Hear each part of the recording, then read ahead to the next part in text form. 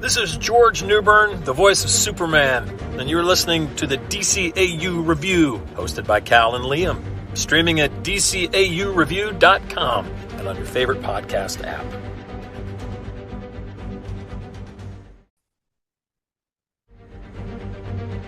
Welcome, everybody, to episode 391 of the DCAU Review. I am one of your hosts, Cal, and with me, as he always is each and every week, it is the Batman of Rage Bait. It's Liam, my good brother. Liam, welcome. Welcome to another edition of the DCAU Review as we wrapped up last week,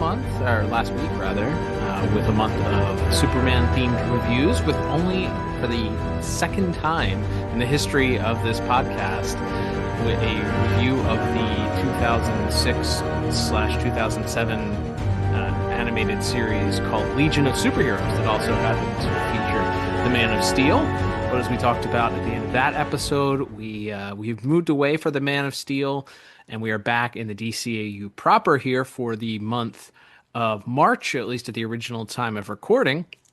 And at this time, we've come to the very final few episodes of the Sunny Skies of Dakota, as we call them, and we're counting down here to the very end of our Static Shock reviews here. So, welcome to one of the final brand new reviews of Static Shock, Liam. That's right. It's the final countdown here, or at least it's getting to be, as we covered the season 4 episode Linked this week, which it's there are episodes that are themed around certain sports in this final season here. Mm-hmm. And I will, spoiler alert for scores, I'm gonna guess this one has a better will end up with a better rating than Hoop Squad. So silver linings in every cloud. Even if whether we like this episode or not, it would only still be the second worst sports themed episode of Static Shock. So there's that. Oh, the bar was so low for sports-themed episodes that they could really only go up. But, this is, let's not tempt fate here. Let's just make sure we drive this home and we get a better score here as we get through our own review of this week's episode. As you mentioned, Liam, Linked is the title of this week's episode, which originally debuted on May the 1st, 2004. And of course, this episode is part of the 4th and final season of Static Shock. And Liam, before we get our official Internet Movie Database synopsis of this week's episode, we will, of course, remind the good folks at home that it is brought to you by, as it is each and every week, buymeacoffee.com/DCAU review, the best way to support our podcast. If you'd like to support us, give us some encouragement, and send a thank you maybe for reviewing this particular episode. Maybe you want to thank us for not ever reviewing the Hoop Squad again. Hey, send us a one-time support through our link at buymeacoffee.com/DCAU review. We'll get a big kick out of it, and we'll appreciate that greatly. Or maybe you want to support the podcast, send some ideas our way, and maybe influence how we continue to include Static once we've wrapped up this series here in a little bit of time. So how would you like to see us continue to cover Static as we go forward here? Maybe you become a monthly supporter of the podcast and you start influencing the way that some of this content looks. You can also become a monthly supporter at one of our 3 different levels that we offer there. All of them come with some really cool perks. Of course, our top tier level that we talk about each and every week is the Super Friend level that allows you to send in a question and hear your answer right on the air. Whatever it is that we're talking about that week, we'll answer that question regarding the episode that we're reviewing. We do have a question from one of our supporters coming up later in the episode that we'll cover here. But in the meantime, we invite you to head over to buymeacoffee.com/DCAU review and either become a one-time supporter or monthly supporter of the podcast. But either way, we ask that you consider supporting the podcast today. Absolutely. And this is the synopsis for Linked, which is written by Bob Goodman and John Semper Jr., directed by Vic Dalzell, with music by Max Gauss and Derek Thornton, and animation by Dong Wu. And that synopsis reads as such. Mr. Hawkins takes Sharon, Virgil, and Richie to a pro charity football game where they meet DeLay Jones, who grew up in Dakota. A new metahuman named Chainlink attacks Dulé because of their history, and Static and Gear help Dulé out. Nope. Were they getting paid by the Dulé? Nope. There's a lot of infactual tidbits there. They didn't bring him to a football game, and that's how they met him. Cheryl already knew him, already knew DeLay. As we'll learn here, that's an F minus. It looks like you looked at like the screen grabs for this episode and thought you knew what you were doing just from looking at the screen grabs IMDb synopsis writer, but you're wrong. So please see us after class. F minus. We will try and get our own synopsis here, Liam, though, that will hopefully serve a little bit better and provide more factual recap of this week's episode. So we have the episode open up with actually Static and Gear, who, spoiler alert, there's not a ton of Static and Gear in this episode, but they are here front and center right at the beginning, and they are fighting a new nameless Bang Baby. And unfortunately, it appears that this Bang Baby seems to have the upper hand. He's a larger fella. He's muscular, very heavy duty looking.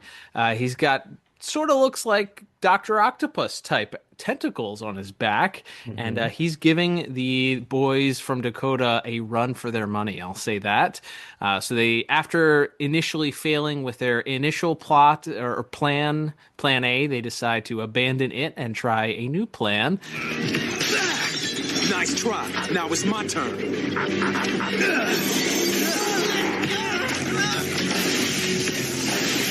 Ha! That doesn't even tickle.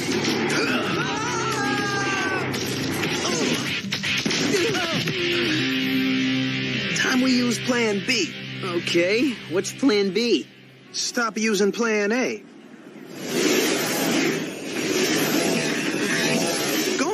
At least we know there's a new Bang Baby on the loose. Well, we'll have to catch up with that bad boy later. We've got a date with the greats, and we do not want to be late. And we are extremely excited about this dinner as we learn through following this Bang Baby on his way home, watching a news report about a football player named DeLay Jones. So we see Virgil with Richie and Cheryl and Mr. Robert Hawkins all arriving at this dinner, and boy, are they dressed to the nines. It's a black tie affair, that's for sure. They're all wearing tuxedos, as we see Cheryl's wearing a nice dress, and walking up to Mr. Hawkins and introducing himself after he mentioned that he had quite the career as a football player back in the day. We see that on stage is a gentleman by the name of Rashid the Rocket Randall, not to be confused with the Rocket Ismail, who was an actual football player. I guess this wasn't a vehicle used for Turner Television at this time, or Time Warner, to try and lure the NFL to their network. So there was no need to use actual football players here in this episode. So instead, we get a made-up football player by the name of Rashid the Rocket Randall. Thanks, Chad. We're here at the Dakota Dome, where sports' biggest superstars are hosting a black tie dinner celebrating tomorrow's big all-star charity football game. This year's #1 gridiron draft pick, local Dakota High grad DeLay Jones, is being introduced right now by the one and only Rashid the Rocket Randall. Ladies and gentlemen, for a rookie, DeLay's got the moves of a seasoned pro. And if he ever outgrows his diapers, he might one day end up in the Hall of Fame. Roll the clip, please.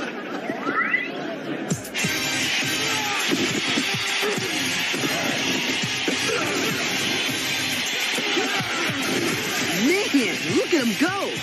You know, I was once pretty fast on the field myself. Pops, was that back during the Jurassic Age, or are we talking past lives here? I swear, sometimes it's like he has springs in his feet. Ladies and gentlemen, give it up for DeLay Jones. As he comes off the stage, Mr. Randall happens to recognize Mr. Hawkins and calls him out from across the room by his nickname, which Liam, I was pleased to inform you that technically, canonically, here in the DCAU Earth 1, or whatever Earth you want to call this, that Robert Hawkins is officially this universe's The Streak. Well, Streak, at least, because that's his nickname that he had from playing football in college. Let justice prevail maybe not have been his call, as he scored many touchdowns for his team, but at least in this universe, we have a streak here. Not sure about the rest of the Justice Guild, but Robert Hawkins, officially this universe's streak. But we see that despite Static and Richie's surprise that Mr. Hawkins was not stretching the truth, we see that he does in fact know the Rocket Randall. But that's not all. That's not the only connection that we find out, as Cheryl also has a connection with DeLay, as well, as we see her call him out from across the room after he's made a lovely speech from the stage.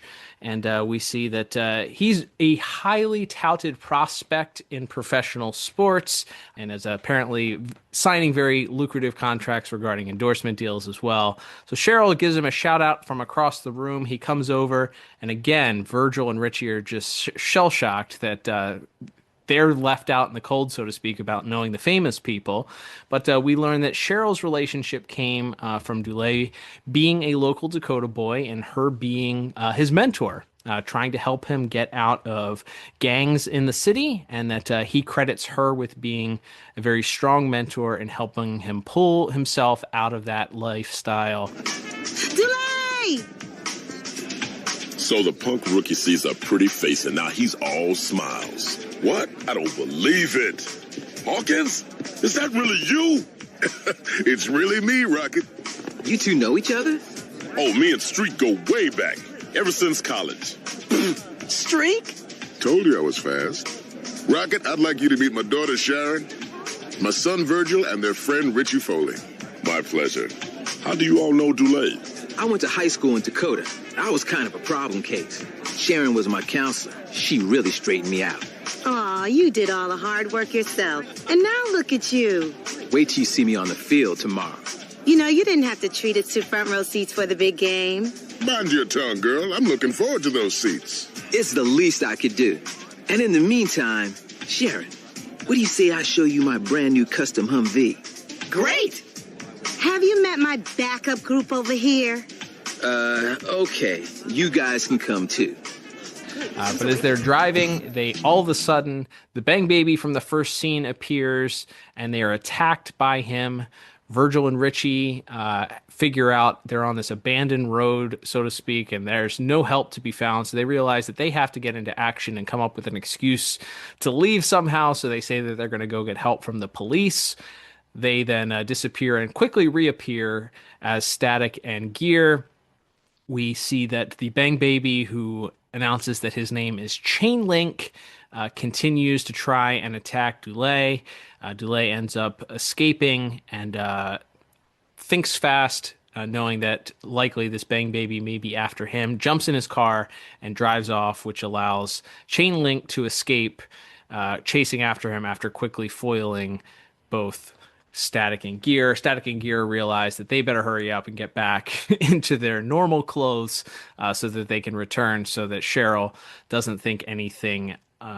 She's none the wiser. Although I would question the fact that they disappear, then these alter egos immediately appear, and then when they disappear, they immediately show up again, and no police anywhere to be found. Although they do give the excuse that they've called in Static's dad. They've called in Mr. Hawkins, who has picked up Cheryl, and the two of them, after they were stranded, because obviously they were there riding in the Hummer that drove off from Dulé. So in the process,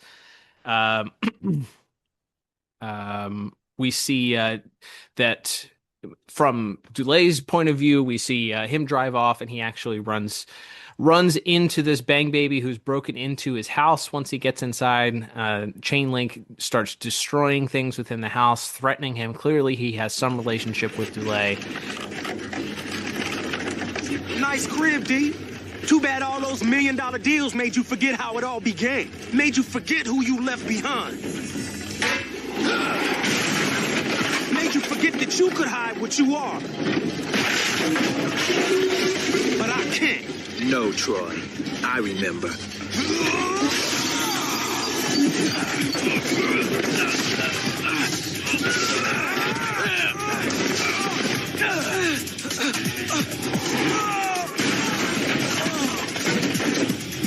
So why you been so cold?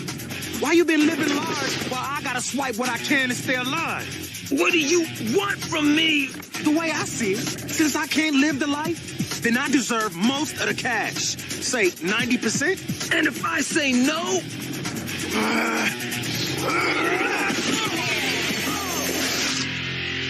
Then I tell the world you're a bang baby, and you'll be kicked out of pro sports.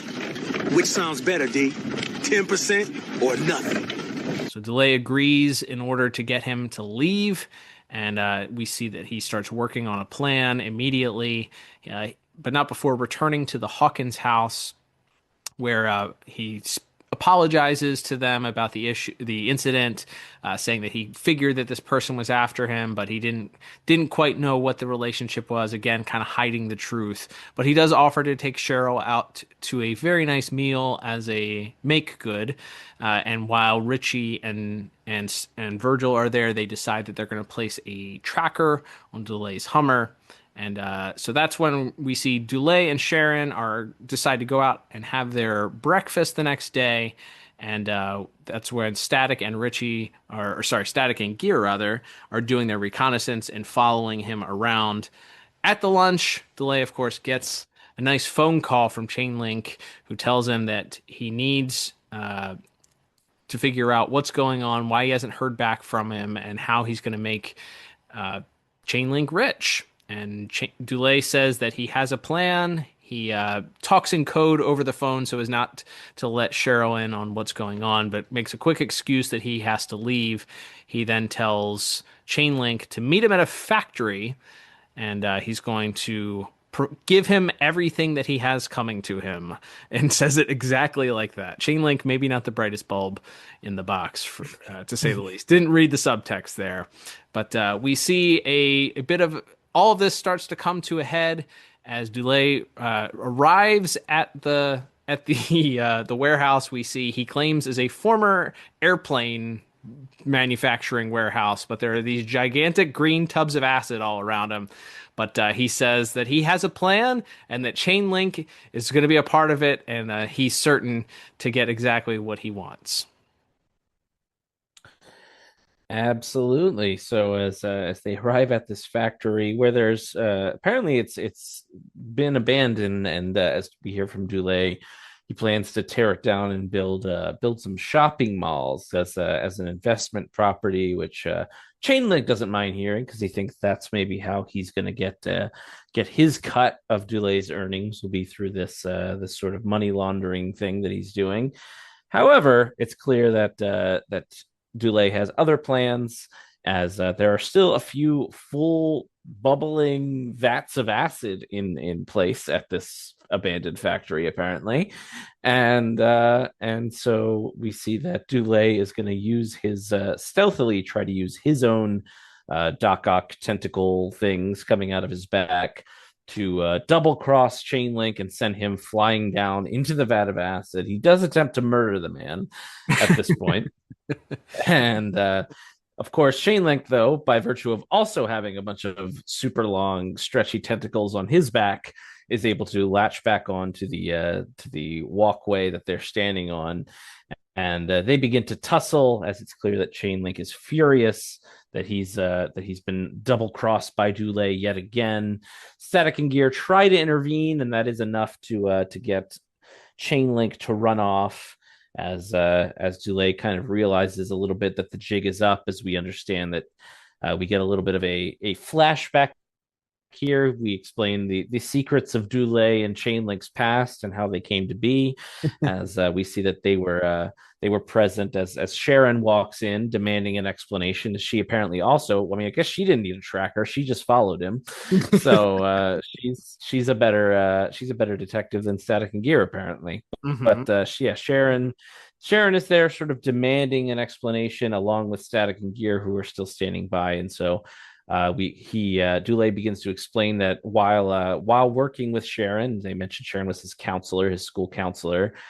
He didn't want her to know, but he was in fact still at least semi involved in gang activities and was down at the docks on the night of the Big Bang. We see a little flashback to that moment, and we see that while Chainlink certainly got more of the exposure to the gas, Dulé sort of ducks back down to help him over a chain link fence. Hey, and apparently, you know how some bang babies are just random things, and some bang babies have like an ironic power based on what they were doing or their personality at the time.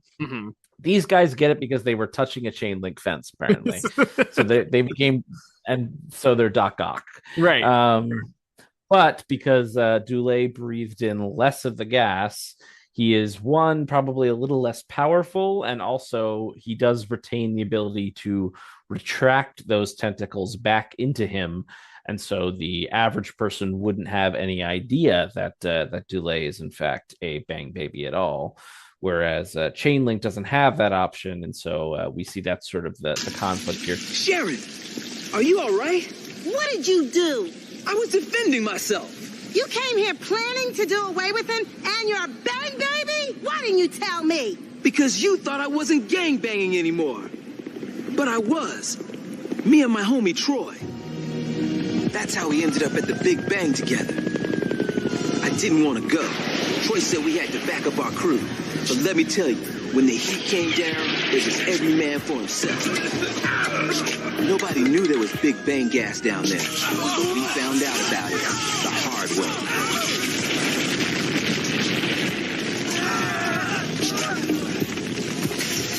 When the gas hit, Troy got a lot more of it than I did. Troy! We both changed, but he got the worst of it.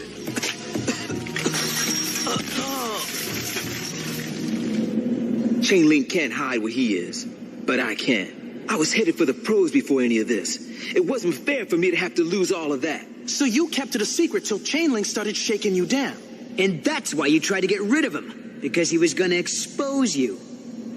You missed the whole point, Dulé. I didn't want for you to make good. I wanted you to be good. And it's clear that he has not, despite all of his material success. So she sort of leaves him in the lurch there, walks away from him.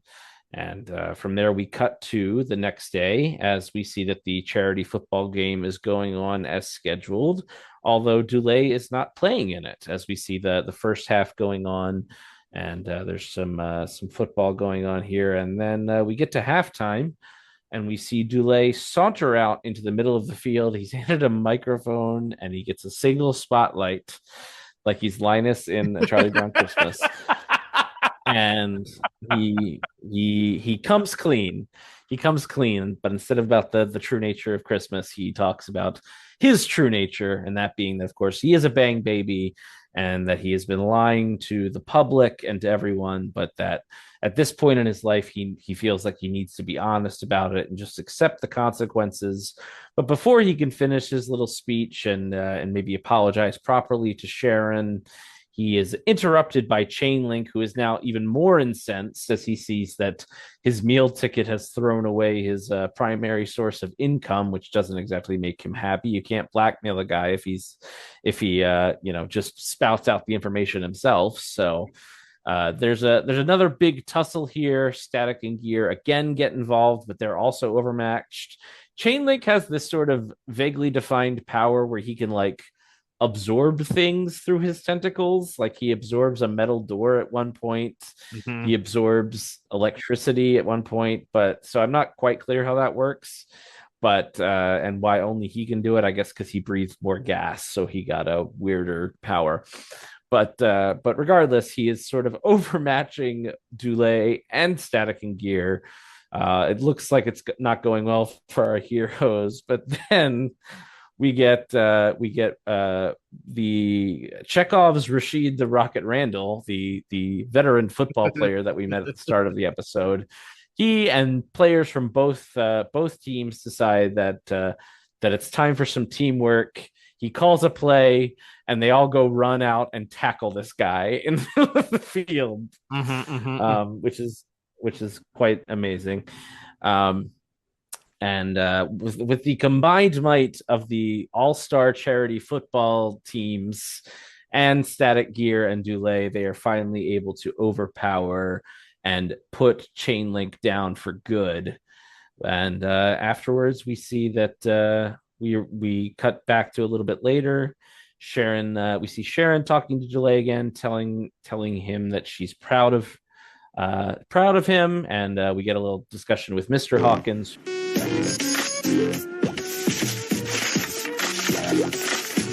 Sorry, Dulé. I guess this means you're out of pro sports for good. It's okay, Mr. H. I feel like a weight's been lifted that I've been carrying for a long time. Dulé! I'm so proud of you. You showed courage when it mattered most. Something those two would know nothing about. I guess the football world's really gonna miss Dulé. Yeah, but there are hot young players coming up all the time. How about you two? Let's see what you got. Rich, do we really want to completely embarrass ourselves by trying to play against the great Rashid Rocket Randall? Good point. Do we really want to totally humiliate ourselves by facing off against one of the greatest players ever to hit the gridiron? Yes. Here, I'll go long. Get ready, V. Here it comes. Lateral back. Oh, almost missed it. Oh, turning on the afterburners. Can't catch him. Our little comedic beat to end the episode, as we often needed. We see Virgil and Richie messing around with the football and throwing it back and forth as they run around the field with Rashid the Rocket Randall as we fade to black here. So that's our little quirky happy ending to this wacky little football episode, isn't it though? All right. I know at the top you promised that this would be a higher score than Hoop Squad. I still have faith that our overall score is going to rank higher, and I don't recall. I think we were 1 or 0s for plot. So I guess technically we're still on track here, more than likely, for this. But I don't see this being a 1 from myself. But this episode is not good, I will tell you that. If we're gonna, we already have a set of brothers that are bang babies that are vaguely vying for each other, or are fighting each other with Ebon and Rubber Band Man. So now in the last season we're introducing another set of well, they're not brothers, but they're like brothers essentially, they just have the same power, and they used to run in the same circles, and it's fine. Like the motivation of the one guy thinking because he doesn't have the ability to hide himself from being a bang, or the fact that he's a bang baby, so he's jealous of this other guy. I think if it would have been 100% more effective if they had made it out that this guy lost his football scholarship because of this. Like there was something directly that affected or caused him from not being able to become a star athlete. Like that, maybe that's an old trope, but that feels much more, I don't know, it feels like his motivation would be a lot more understandable at this point. And we don't really delve into we have a very brief touch on this, of the fact that Cheryl worked very hard to get Dulé to attempt to give up him being involved in gangs, and she thinks that she was successful, and he says that she was successful, but then it turns out that he was actually still very much involved in the gangs, and that's why he ended up becoming a bang baby. But we don't really have from there what changed him or forced him onto the straight and narrow path, or what made him decide just to give up. Like he got so scared about being a bang baby that he decided to just give up being a criminal. That didn't motivate him to continue criminal activity. I don't know. Like it just feels a little bit all over the place with that. I think the motivation is a little bit backwards, and I think that this one is kind of a swing and a miss with that. I also, as I mentioned at the top, we do have a few brief appearances by Static and Gear, but they ultimately are not the ones that lead the charge here with I mean, they're aided heavily by the regular football players that do not have superpowers, that are also not real football athletes, that we have to promote as like on par with our superheroes for the episode.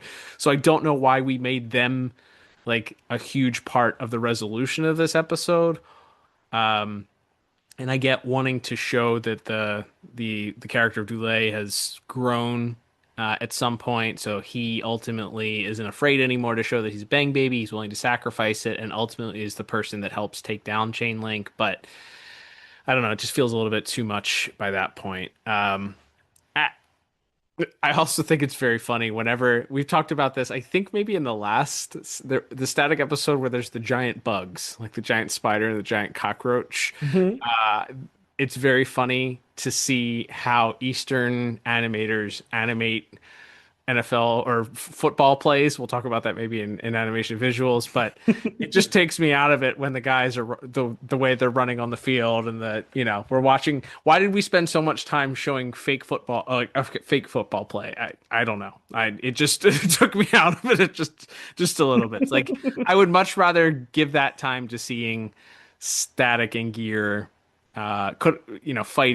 fighting a little bit more, or perhaps getting the upper hand on their own, since they're the heroes of our show, instead of just kind of winning by happenstance. So yeah, I did not love this episode, which is why I ended up giving it a 4 out of 10 for my score. What about you? I gave it a 5. I was a little bit nicer, I guess. I don't disagree with a lot of what you said. I feel like you can get one gag out of it, like if Chain Link has them all tied up and it's curtains for our heroes, and then he gets hit in the head with a football that Rashid throws, and he's distracted for a second, and that lets Static or Gear or whoever get the upper hand again and take him down. I'm like, all right, that's kind of a cute way to do it. But the fact that like 12 football players just run up and tackle him is really funny. But that and quite silly. So that was a bit preposterous even for our silly superhero show here. But I would say I was really vibing with this in the first half, when like the idea, because this does feel like maybe it's a trope of like, whether it's a musical artist or an athlete or some, the guy who went out and made something of himself comes home, and somebody that he left behind, that maybe they were both breaking the law when they were teenagers, and one guy went to jail and the other guy became a superstar, and there's this like sort of mix of guilt and regret, and also a fear that associating with this guy again is gonna pull you back down into this underworld that you escaped. Like that's compelling, and that's interesting. And to your point, Cal, maybe it would have been more interesting if if Chain Link had like gotten arrested on the night of the Big Bang and taken to jail, and like you said, lost a scholarship, or just wasn't able to finish high school, or wasn't able to go play football in college because of this, and meanwhile Dulé is becoming a superstar. I think that's a much more interesting story, as opposed to, well, Chain Link got the powers, couldn't hide them, so he's just been, but he also didn't show up for 4 seasons. It's not like this is a recurring bad guy. So like where is he? Where's he been? If he's had these powers, why is he all of a sudden now just robbing banks right at the start of our story? So there's just things I wish they could have done better. And then yes, the football team getting involved at the end is quite silly. So I really like the first half of this. I like the idea of that kind of story. And ultimately, maybe, again, we try not to rewrite things or complain about what things aren't. But like if there was another little twist here, if maybe if Dulé does take a villainous turn, like if he tries to, attack Static and Gear to keep them from revealing his secret or something, and maybe it could have been more interesting as well, or at least show that he's conflicted about it, because it's basically just he gets yelled at by he goes from trying to murder Chain Link to he gets yelled at by Sharon for like the 4th time in the episode. She's been kind of taking him to task the whole time, and that one is like too much for him, and so he pours out his soul and admits all his faults. So yeah, I think there could have been a little bit more ironing out of Dulay's character as well to make him more interesting as well. Despite that, I think it's solid, and like I said, I really liked like maybe the first two acts of this, and then the end of the second act, and then the rest of the third act. I feel like it kind of goes downhill pretty quickly at a certain point. But hey, at least this is only the second. I mean, we'll see. I do we like this more than Fear of Victory? We'll find out. Good point. I was going to say it's still the best DCAU episode to feature a live football game, but that remains to be seen, I guess, by our final scores. Yeah, I don't think they show any in that Secret Society episode, right? There's no actual live football. It's like halftime. No, because it happens at the halftime show. Yeah, so we don't have a lot to go off of, but I think technically, I'm pretty sure Altieri goes back to pass in Holiday Nights. So we do get a brief, albeit very quick clip of a pass. So maybe we'll fight on that at some other time. Top 5 football depictions in the DCAU. Oh boy.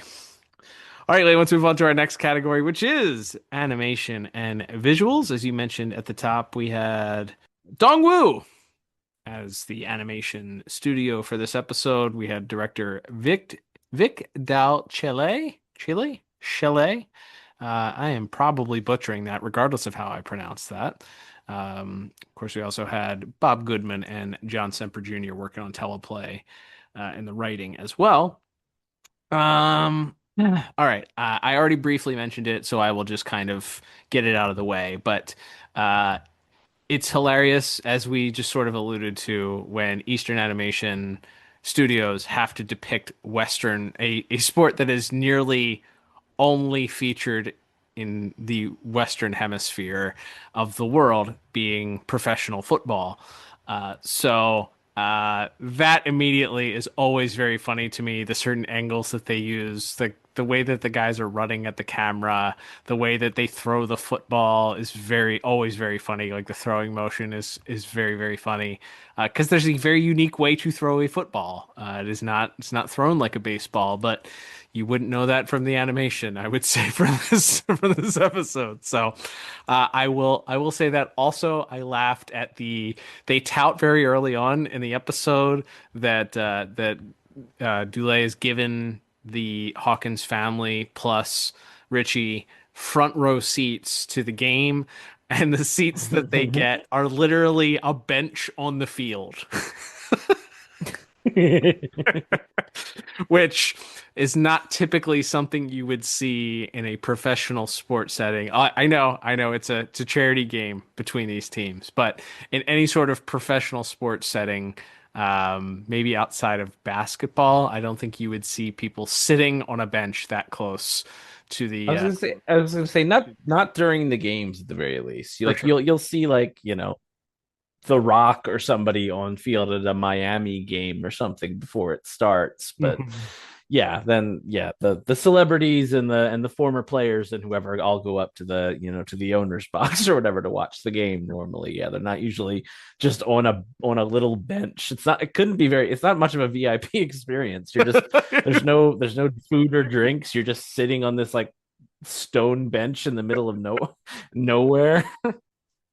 Off to the side, hoping to get a glimpse of a player running past you.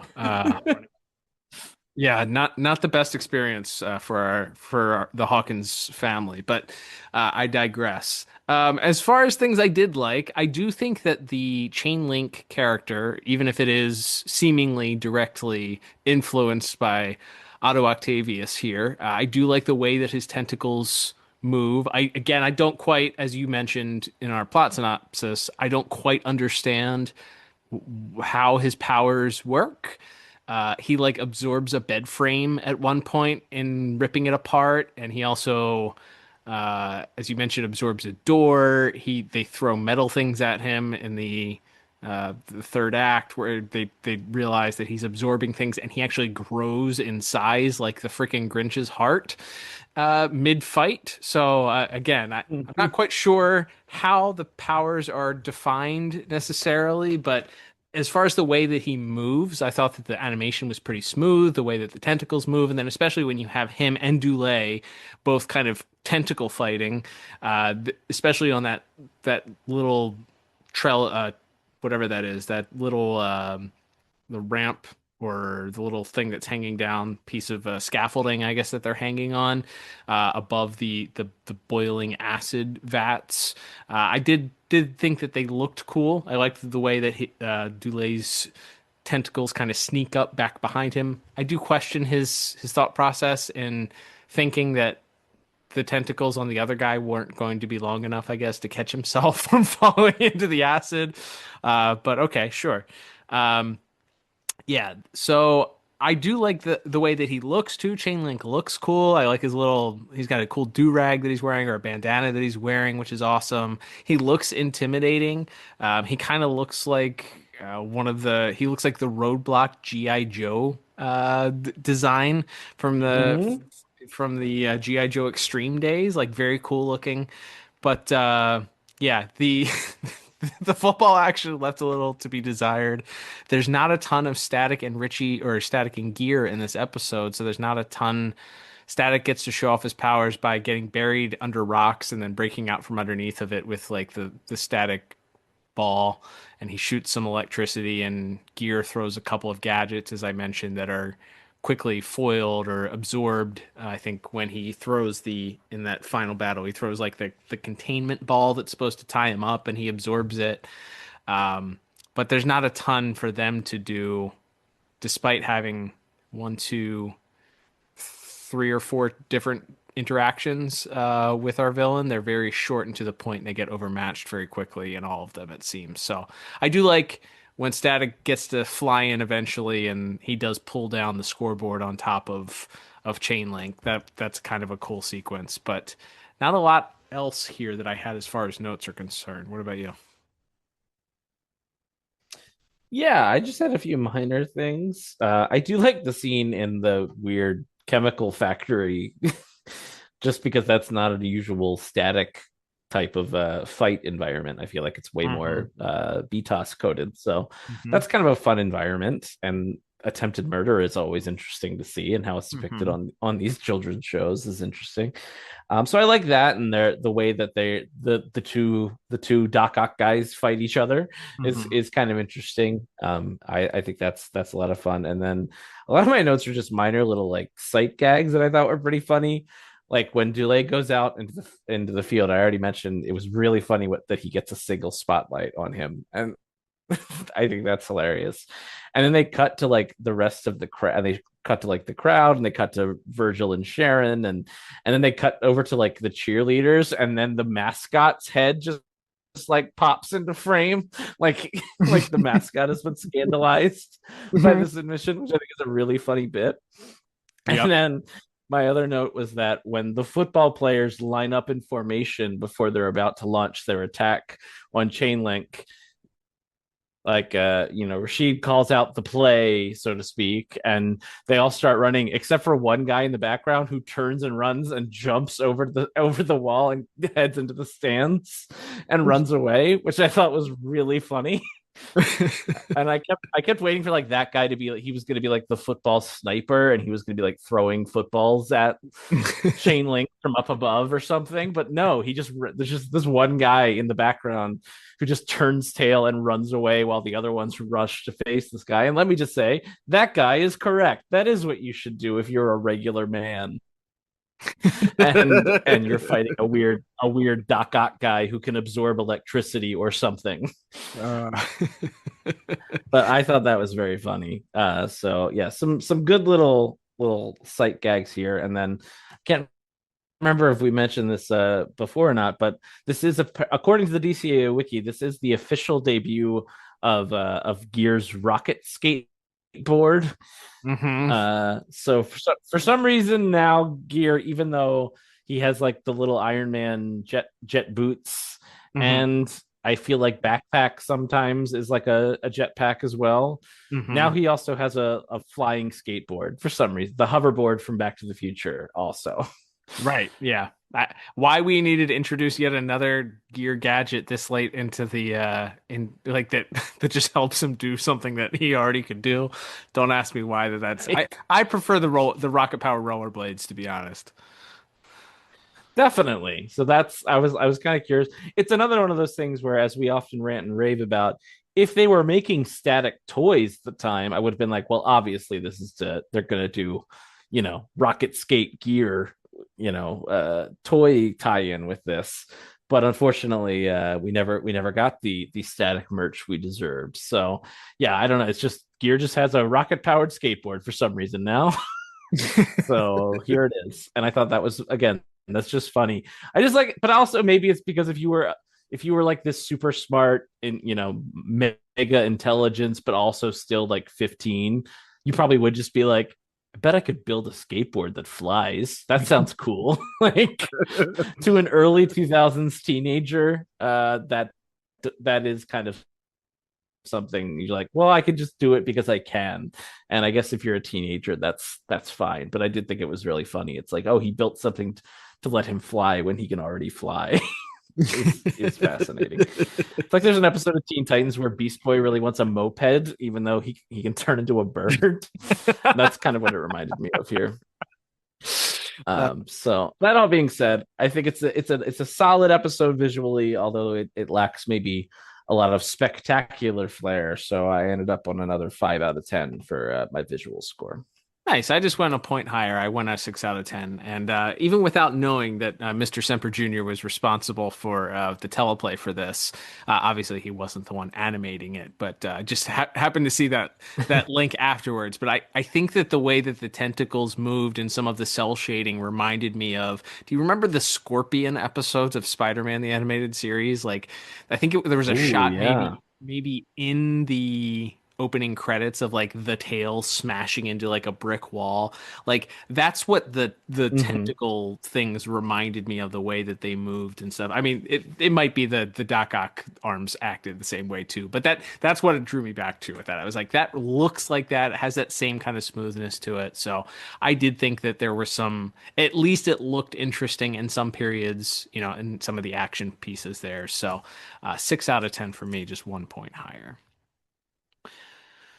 All right, Liam, that will bring us to our next category of the day, which is going to be music. And as you mentioned at the top, Max Gauss and Derek Thornton are responsible for this week's music. So, I'm not going to lie. I really have one specific note, which we haven't talked about this, but I imagine you also picked up on it, and it's probably your specific note, knowing you as well. So I will just say that I will just say that there is a very strong homage in the third act to something that, if you are a fan of American football, you would hear this and go, "Oh, that's the Fox NFL Sunday theme song, just remixed and kind of notes put in different order." Yes, that was indeed my only musical note as well. But yes, it's the Fox NFL Sunday, or I mean, there's American football's on like 6 days a week now, so it's probably not just on Sundays anymore. But yes, it is very clearly homaging that, like, to the point where I was like, for a second, I was like, wait, no, this didn't air on Fox, so they can't use the real song, I would think. So I was like, how close can you get in this sort of homage? I mean, obviously, we know a lot of the musical pieces are based on or are similar to other pieces of music, either film scores or songs or whatever. But I was like, wow, this is like, it really just sounds like the techno remix of the NFL on Fox theme song that they somehow got away with playing. Because it plays right at the start of the episode, I think, when they're at the awards ceremony, where Rashid and Robert are talking about their old days on the gridiron, and then it plays again, obviously, during the whole third act, basically. So yeah, it's like that's definitely my only major note that I had. But it is really funny, and I did find myself like getting into it because of that. So it's effective. It's an effective piece of music. It's not quite John Tesh's NBA on NBC theme, but it's up there, Yeah, I was going to say, even if you're not a fan of American football, you likely know it from, I mean, it's used on any time that football is mentioned almost in a reel or TikTok or whatever, you're going to hear that theme song played. So you know the NFL on Fox theme, even if you don't know that it's the NFL on Fox theme, and you can hear it very clearly here. There were parts where I was like, oh, they literally just cut out like one portion of how the tune goes, and you just skipped a part. Like the very crescendo of this is literally they just pulled parts of the actual NFL theme out. And it reminds me, and I don't remember if Mr. Gals and Thornton were responsible for the music for that episode, but do you remember the episode that sort of homaged Star Wars where Hot Streak and Static were stuck in the base? And we talked about that too, how that seemed to almost directly lift music from Star Wars and play it in that episode, and we were like, what is going on here? Like how are they able to get away with this? This one very similar in that fashion of like, hey, we're getting here real close to the line, and if they send us a cease and desist, we can say it's like the Vanilla Ice thing. Like it's not din din din din din din din din, it's din din din din din din din din. You know, it's different. So yeah, it's not quite the same, but it's there. So yeah, I for all of those reasons, actually based solely on this, there is some, of course, other music in the episode. There's music that plays during the fights. There is a musical piece that plays at the end too, where we're having the little like heart to heart between Dulé and Cheryl and the rest of the gang there on the football field. There's another piece that plays there that sounded like early 2000s R&B, like a famous R&B hip hop song, and I cannot put my finger on which one it is. So if you guys hear that and you know which one it is and want to scold me, by all means, tweet at us at DCAU Review and let me know. But almost solely based on the fact that they used this ripoff, nearly identical NFL on Fox theme, I gave music a pretty strong 7 out of 10. What about you? Yeah, same exact score for me, actually, 7 out of 10. So yeah, I love an homage like that. And yeah, I think as you mentioned, there's a couple other nice little moments in some of the more emotional beats when Tule is having his chats with Robert and Sharon. So yeah, there's definitely some good stuff this week. All right, Liam. Well, that will begin to take us to our final category of the day. And that, of course, is voice acting. We'll go through here and talk our list of characters here. We do have a rather large voice cast, including a very like well-known, famous actor in the voice, providing our voice of Rashid the Rocket Randall. That when you know, it's like, oh, of course that's who this is. But I was shocked to read his name and looking at the credits there. So let's talk about our voice cast this week, shall we? Absolutely. Yeah. Some of our minor players here. We do have Sean Donnellan. He's the reporter we hear at the start of the episode. And we do briefly have Kevin Michael Richardson as Mr. Hawkins, of course. And we'll talk about our villains in a moment. But yeah, as you mentioned, Michael Clark Duncan as Rashid the Rocket Randall. Of course, folks would know him from things like I believe he's in the Shawshank Redemption. Green Mile. He is in Green Mile. He is in he is the Kingpin in the Ben Affleck Daredevil movie. He's in Ricky and Bobby. The weird CG. That's right. Oh, don't you put that evil on me, Ricky Don't Bobby. You put that evil on me, Ricky Bobby. Right. One of the most quoted lines maybe in the history of like 2000 cinema. Don't you put that evil on me, Ricky Bobby. But yeah, incredible actor. No longer with us, unfortunately. But great guy. Had like a lot of range too. Obviously, these big dramatic performances as well as the comedy stuff. And yeah, well, there's the moment that really struck me because when I saw it was him playing it, and that opening scene when Rashid and Robert are sort of catching up and talking about their old football days, and listening to Kevin Michael Richardson and Michael Clark Duncan speak to each other, or their characters speak to each other, I was like, this is the coolest sounding scene in the history of the DCAU because they both just have these deep booming, like so much bass in their voice when they speak, and you're like, yes sir. Like there's that's like these guys sound so cool, and it's so fun that they got to bounce off of each other even if he doesn't have a major role. It's still so cool that he's in this episode even for a few minutes. Yeah, really, really cool. Really, again, just kind of hearing the voice, it makes you wish that there was another, like he should have voiced something else, like any character. I don't care. I just wish there was more Michael Clark Duncan doing voiceovers.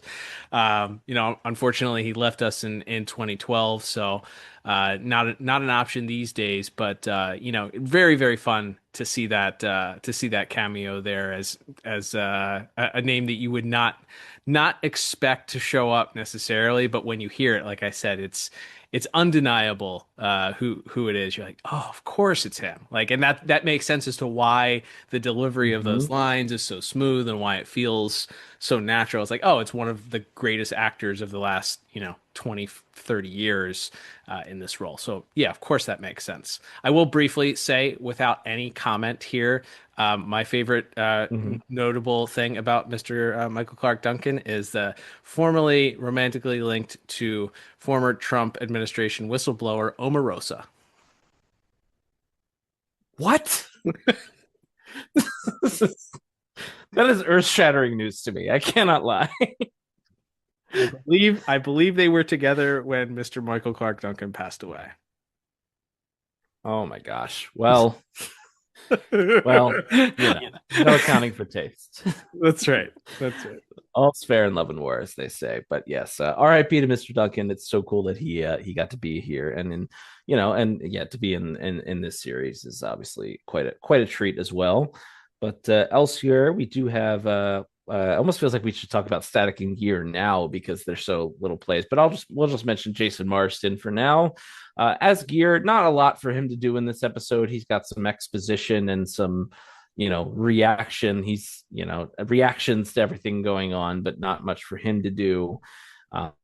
Really, it comes down to our leads here. We have playing the role of Chain Link. We have Bumper Robinson, who we've talked about a few times. He's in a lot of minor roles.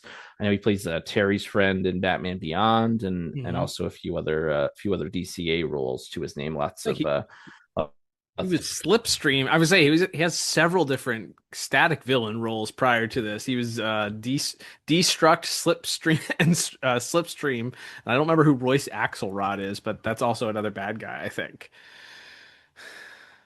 Yes, absolutely. And then more recently, I believe he's playing Lucius Fox on the Caped Crusader animated series. So still involved with the Bruce Timm adjacent projects here in the modern day as well. But yeah, I think he's solid.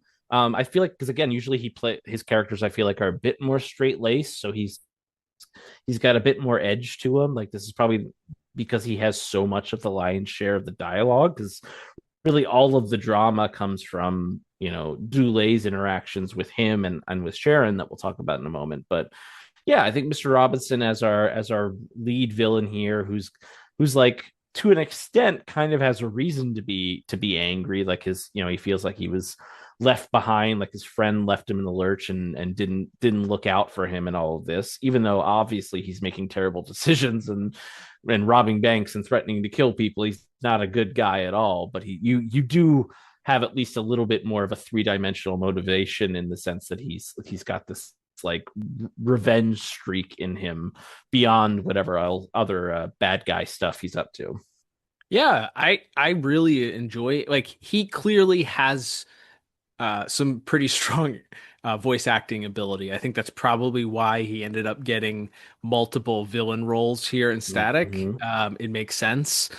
He's good at what he does. He's able to change his voice slightly here or there, give some emotional performances. And there is some emotion that he has to kind of drag out or not drag out, to display in the way that he's frustrated, obviously, with the Dulé character, this sense of entitlement that he has of part of Dulay's fortune because he's left behind.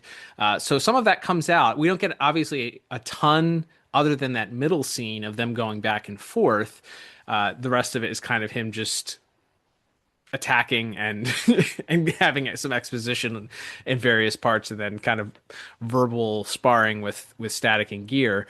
But there is some, I feel like, emotion that comes out there, and I think there's reasons obviously that kind of point there to why he's still getting voice acting roles today, especially in prominent positions here in the latest Batman series. So yeah, I think Mr. Robinson had a strong performance here, and I think it points to getting the most out of maybe a story that wasn't the best, but the parts where he had to be strong and emotional and kind of communicate that for the character that he was playing. I feel like he did a good job. Absolutely. And then playing off of him, as mentioned, is Marshall Jones, who voices Dulé Jones in this episode, our star football player. And interestingly enough, that's his only credited role on IMDb. I thought for a second it was like a misprint, and maybe it was the actor. There's an actor named John Marshall Jones who was, I believe, the dad on Smart Guy, if you remember that series from the 90s. But I don't think so. I think this is so. I'm not sure if this was like a stage actor who just didn't really do anything else on camera, or if it was like someone working somewhere in production that just got pulled in to do a voice. We know that would happen from time to time on these shows as well. But yeah, this is, as far as I can tell, this is the only credit of someone named just Marshall Jones, at least on IMDb. So someone can, and then I thought maybe there's like a football player, and I think there was one named Marshall Jones, but it doesn't seem like the ages lined up. So I am not sure the true identity of this Mr. Jones. If anybody has any ideas or theories, please feel free to hit us up on the socials. That could be our action item for the week. But yeah, I think he does a good job as Dulé. A lot of his stuff is kind of just,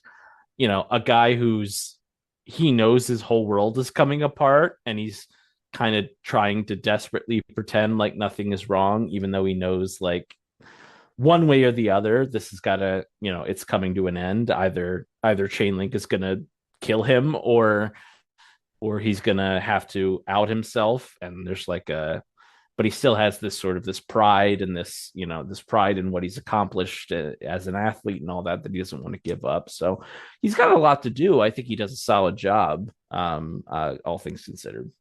Yeah, I think there are parts of the episode that are stronger than others.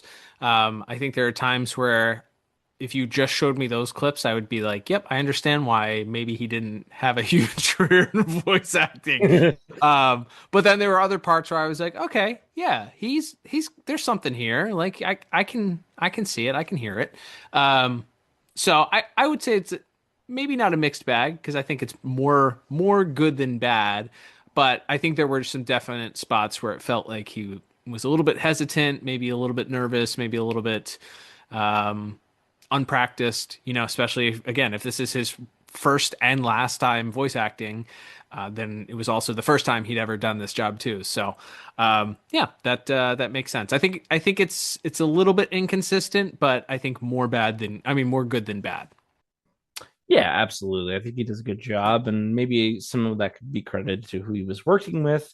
One of the bigger episodes for Michelle Morgan as Sharon in this one here, because she has this connection to Dulé, as she was his student counselor before he went and made it big, and then she's kind of the one she's just so thoroughly unimpressed with his athletic success, unlike Virgil and Richie, who are basically fanboying that this local hero has come home.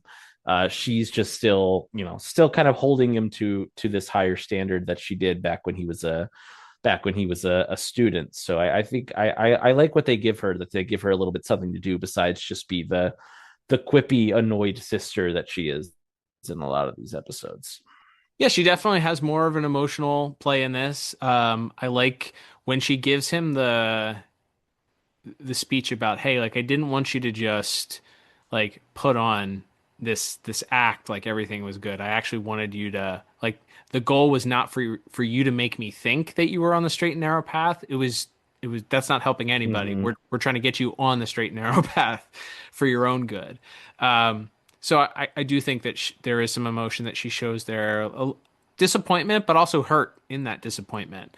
The fact that that Dule was lying to her. But yeah, she's great. She's solid. Obviously, we've talked about some of the episodes that she actually does get more than just a quip or a line here or there.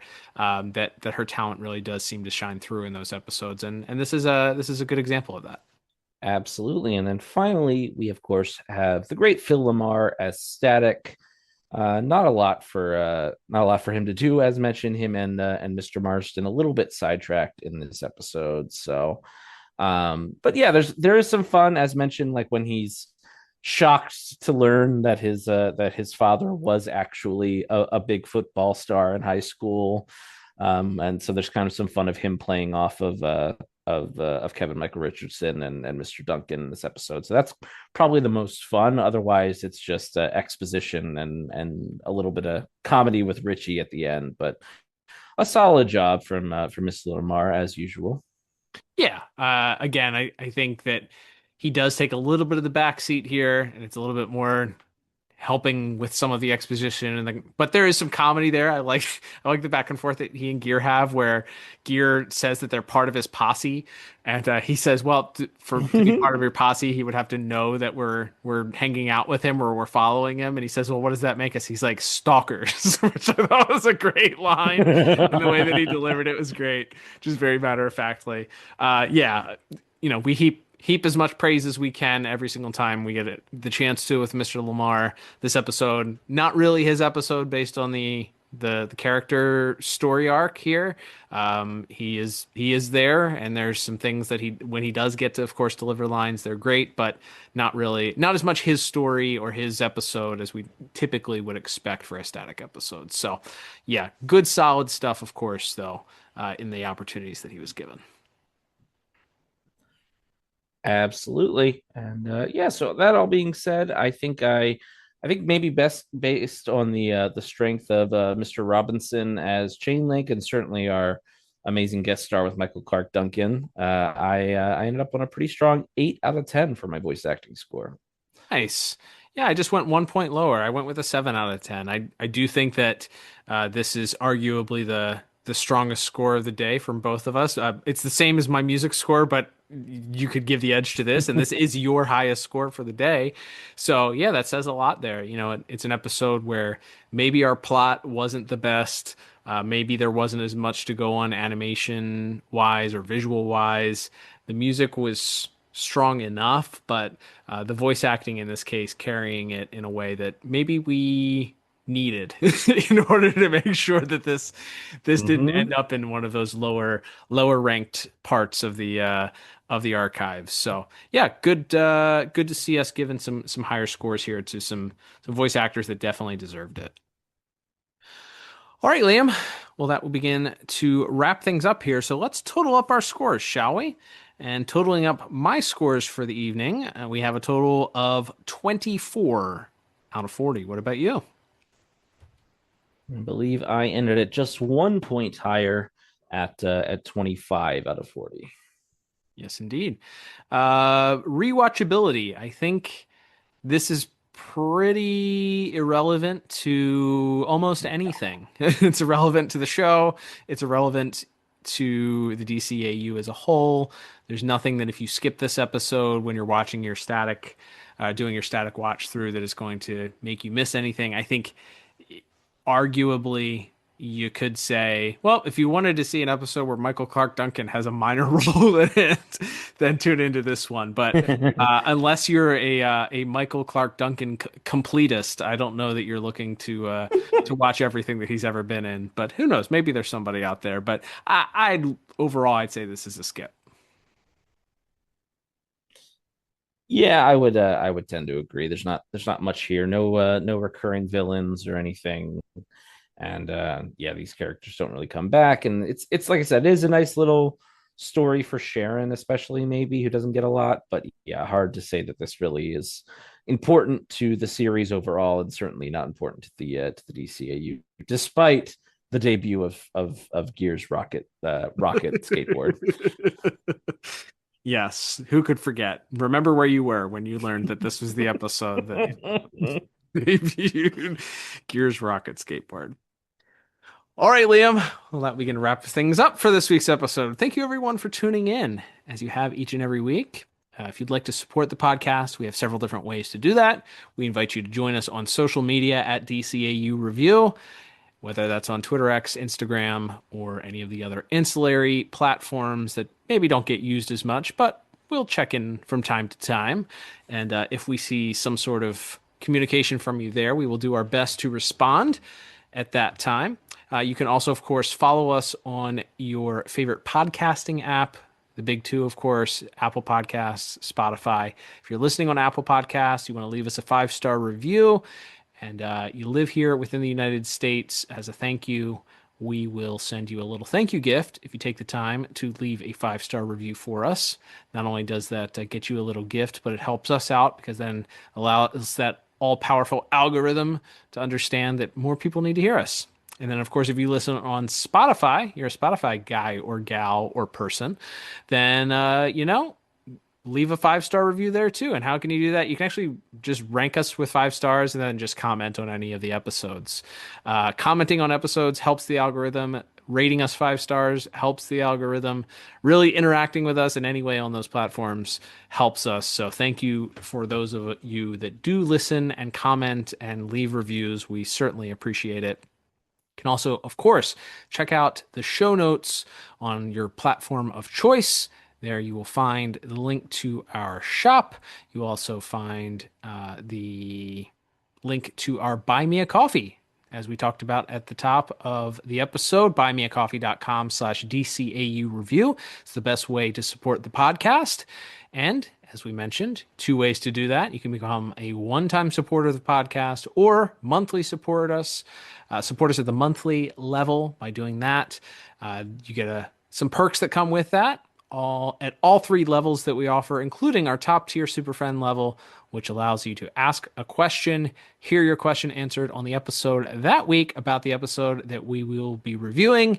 And our good friend Zach is back with another question this week regarding this week's episode linked. Liam, what does Zach want to know this week? Absolutely. So our question of the week. Well, first, I just want to mention that Zach feels like maybe we're onto something with the Brainiac 5 Superman pairing that we talked about in Legion of Superman last week. All right. So I just want to say that we're not out. A couple people. We're not in outer space. Okay, good. That they read it or could be read again in a similar way. Subjective as all art is, but for sure. With that out of the way, let's get to Zach's question for this week about this very episode. And he says, Dulé and Troy only appear in this episode, as did many other characters. If the show had been given a 5th season, meaning Static Shock, or at least a few additional episodes, what one-time supporting character or villain would you have liked to have seen return? Oh, boy. That is a toughie.